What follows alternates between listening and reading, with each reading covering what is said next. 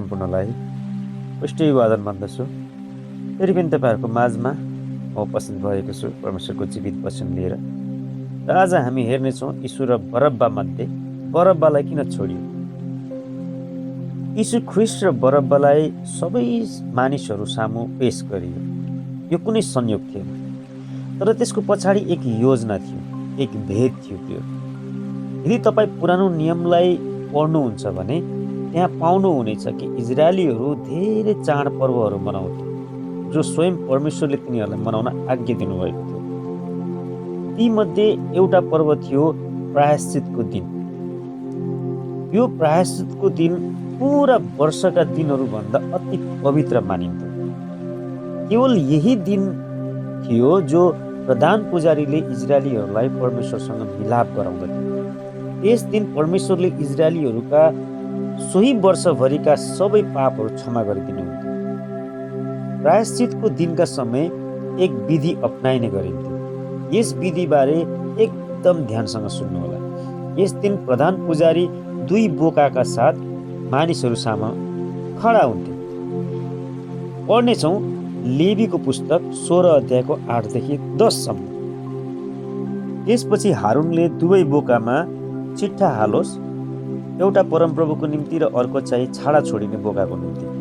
चिट्ठामा परमप्रभुको भागमा परेको बोका चाहिँ हारूनले नजिक ल्याएर पाप बलिको निम्ति त्यो चढाओस्, तर चिट्ठामा छाडा छोड्ने बोकाको भागमा परेको बोका चाहिँ जिउँदै परमप्रभुको सामुने ल्याइयोस् र त्यसपछि त्यो प्रायश्चित गर्नलाई छाडा हुन पुजारी स्थानमा पठाइयोस्। यस वचनमा लेखिएको छ कि बोकाको बलिदान चढाउनु अगाडि दुवै बोकालाई सभामा खडा गरियोस् र दुवैका लागि चिट्ठा हालियोस्। तब प्रधान पुजारी दुई चिट्ठा मध्ये एउटा उठाओस् ताकि त्यो फैसला हुन सकोस् कि दुई बोका मध्ये कुन बलिदानको लागि हो र कुन चाहिँ छाडा छोडिनलाई हो, हैन? यसरी नै हाम्रो सबै पापहरूको क्षमाका लागि हामीलाई परमेश्वरसँग मिलाप गराउनलाई यीशु ख्रिस्टलाई बलिदान गरियो। र यीशु ख्रिस्टलाई बलिदान दिन अगाडि उहाँलाई पनि सभामा पेश गरियो। त्यस दिन एक होइन तर दुईजनालाई सभामा पेश गरियो, हैन? एकलाई बलिदान दियो यानि यीशु ख्रिस्टलाई र अर्कोलाई छोडियो यानि बरब्बालाई। पाप बलिको बोकालाई बलिदान चढाए चाहिँ यीशु ख्रिस्टलाई पनि बलिदान चढाइयो। अर्को छाडा छोडिने बोकालाई चाहिँ बरब्बालाई छोडियो। प्रायश्चितको दिनका पर्वमा मतलब जुन त्यो पर्वको रीति अनुसार जब बोकालाई बलिदान दिइन्थ्यो ती दुई बोका एकै समान जस्तो हुनु आवश्यक थियो। त्यस्तै नै यीशु ख्रिस्ट परमेश्वरका पुत्र हुनुहुन्छ भने यानि पिताको पुत्र हुनुहुन्छ। अनि के तपाईँलाई थाहा छ कि बरब्बाको अर्थ के हो? बरब्बा जुन नाम छ त्यो हिब्रू भाषाको दुईवटा शब्दले बनेको, एउटा बार अर्को अब्बा। यानी कि बारको अर्थ हो पुत्र र अब्बाको मतलब हो पिता। सो बरब्बाको मतलब हुन्छ पिताको पुत्र।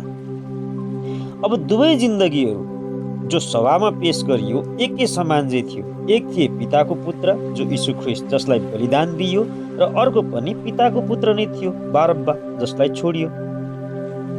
अब स्वयं परमेश्वर तपाईँको साटो तपाईँको निम्ति मर्नु पर्ने थियो। त्यसैले उहाँ तपाईँ जस्तै बन्नु पर्यो। उहाँलाई स्वर्ग छोडेर धरतीमा आउनु पर्यो। उहाँलाई मानिस बन्नु पर्यो, मासु र रगतको शरीरमा आउनु पर्यो ताकि आफू स्वयंलाई तपाईँ र मेरो खातिर बलिदान दिन सकियोस् र हामीलाई पापको दण्डबाट बचाउन सकियोस्। तब के यीशु ख्रिस्टको बलिदानबाट हामी सम्पूर्ण मानिसहरू आदमको पापका कारण आएको श्रापबाट स्वतन्त्र भइसकेका छौँ त? अवश्य पनि होइन। सबै त होइन, तर त्यही मानिसहरू हुन्छन् जसले यीशुमाथि र उहाँको बलिदानमाथि विश्वास गरेर उहाँलाई आफ्नो एकमात्र उद्धारकर्ता ग्रहण गरिसकेका छन्। हो, यही मानिसहरू त्यस पापको श्रापबाट मुक्त भएका छन्। यूहन्ना 3 अध्यायको 16 लेखिएको छ, किनभने परमेश्वरले संसारलाई यस्तो प्रेम गर्नुभयो उहाँले आफ्नो एकमात्र पुत्रलाई दिनुभयो। उहाँमाथि विश्वास गर्ने कोही पनि नाश नहोस् तर त्यसले अनन्त जीवन पाओस्। यीशु ख्रिस्ट कुनै बेसहारा हुनुहुन्न थियो क्या। कि मानिसहरूले उहाँलाई के अरे पक्रेर क्रुसमा चढाएर बरब्बालाई छोडिदिनु भन्ने? यो हुनलाई हैन, यो घटना जुन घटेको छ यीशु ख्रीष्टलाई क्रुसमा चढाउनु र बरब्बालाई छोडिनु, यो हुनलाई त्यहाँ कुनै मानिसको हात थिएन, न नै पिलातसको हातमा थियो यो। किनकि यो त पहिल्यैबाट हुने फैसला थियो, निर्णय थियो, योजना थियो। यो परमेश्वरको योजनामा थियो कि उहाँको एकमात्र पुत्रलाई हाम्रो खातिर, यानि कि हामी मानिसको खातिर बलिदान दिएर सो बलिदानद्वारा हामीलाई पुनः परमेश्वरसँग मिलाप हुन सकोस्। परमेश्वरले आफ्नो पुत्रलाई त्यस समय बलिदान दिनुभयो जुन समय हामी पापी नै थियौँ।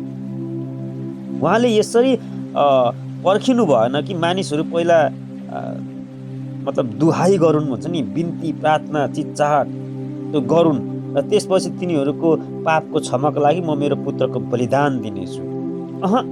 त्यसरी होइन।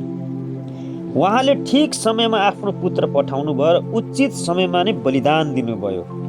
अनि यदि तपाईँले आज यीशु ख्रीष्टको बलिदानमा विश्वास गर्नुहुन्न वा उहाँलाई आफ्नो उद्धारकर्ता मान्नुहुन्न भने तपाईँ अझै पनि त्यही आदमको पापको श्रापमा हुनुहुनेछ। यदि तपाईँ स्वतन्त्र हुन चाहनुहुन्छ र त्यसबाट एक स्वतन्त्र भएर साँचो आशिष, स्वर्गीय आशिष चाहनुहुन्छ भने त्यो केवल यीशु ख्रीष्टमा आएर नै मिल्नेछ। र मलाई विश्वास छ आजको यो छोटो वचनद्वारा तपाईँहरूले यीशु र बरब्बा मध्ये बरब्बालाई चाहिँ किन छोडियो र यीशुलाई क्रुसमा किन टाँग्यो यसको अर्थ बुझ्नु भएको छ। परमेश्वरलाई मय भएको सबैलाई ख्रीष्ट युवादन गड ब्लेस यु अल।